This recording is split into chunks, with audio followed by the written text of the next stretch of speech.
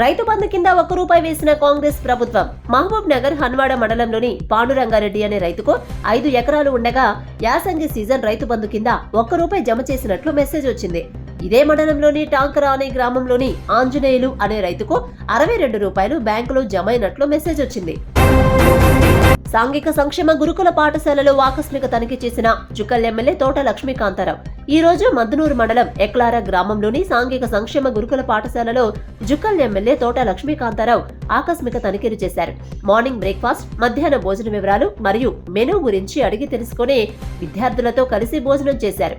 పాఠశాలల్లో సమస్యలు, మౌలిక సదుపాయాల గురించే ప్రిన్సిపల్ మరియు సిబ్బందితో చర్చించారు. విద్యార్థులకు నాణ్యమైన విద్య, భోజనం అందించాలని సూచించారు. డిప్యూటీ సీఎం బట్టి విక్రమార్కను కలిసిన ఎన్ఆర్ఐ ప్రతినిధులు. మే 24 నుంచి 26 వరకు అమెరికాలో జరిగే తెలంగాణ అమెరికా తెలుగు సంఘం మహాసభలకు రావాలని ఇన్విటేషన్. ఈ నెల 23న రవీంద్ర భారతిలో జరిగే సేవా డేస్ కార్యక్రమానికి ఆహ్వానం. తెలంగాణ ఇరిగేషన్ శాఖపై సెక్రటేరియట్లో మంత్రి ఉత్తమ్ వాడివేడి చర్చ. బ్యారేజ్ నిర్మాణం మాత్రమే తాము చేపట్టాం, డిజైన్ తమకు తెలియదన్న నిర్మాణ సంస్థ. మేడిగడ్డ బ్యారేజ్ డిజైన్ చేసింది నాటి ముఖ్యమంత్రి కేసీఆర్ఏనని స్పష్టం.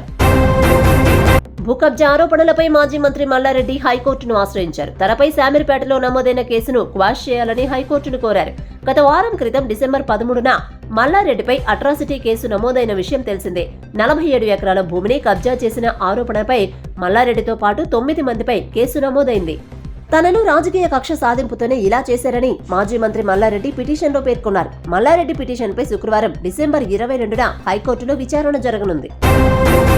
అర్జెంటీనా రాజధాని బ్యూనస్ ఎయిర్స్ లో వీచిన బలమైన గాలులు విమానాలను సైతం కదిలించేశాయి.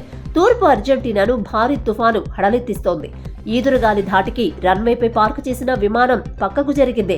దాదాపు 150 కిలోమీటర్ల వేగంతో గాలి వీచింది. అర్జెంటీనా విమానాశ్రయంలో జరిగిన ఈ ఘటనకు చెందిన వీడియో వైరల్ అవుతోంది. లోక్సభలో దాడిపై పార్లమెంటు దద్దరిల్లుతోంది. దాడిపై కేంద్ర హోంమంత్రి ప్రకటన చేయాలంటూ ప్రతిపక్షాలు సభలో పట్టుబడుతున్నాయి. దీంతో డిసెంబర్ 19న మరో 49 మంది విపక్ష ఎంపీలను స్పీకర్ సస్పెండ్ చేశారు. మేడారం సమ్మక్క సారలమ్మలను దర్శించుకుంటున్న భక్తులు.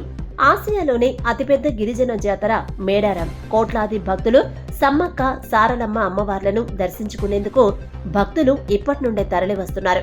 జాతరకు తెలంగాణ నుండే కాకుండా ఏపీ, ఛత్తీస్గఢ్, ఒడిశా, మహారాష్ట్ర, కర్ణాటక, మధ్యప్రదేశ్ రాష్ట్రాల నుంచి లక్షలాది మంది భక్తులు తరలివస్తున్నారు.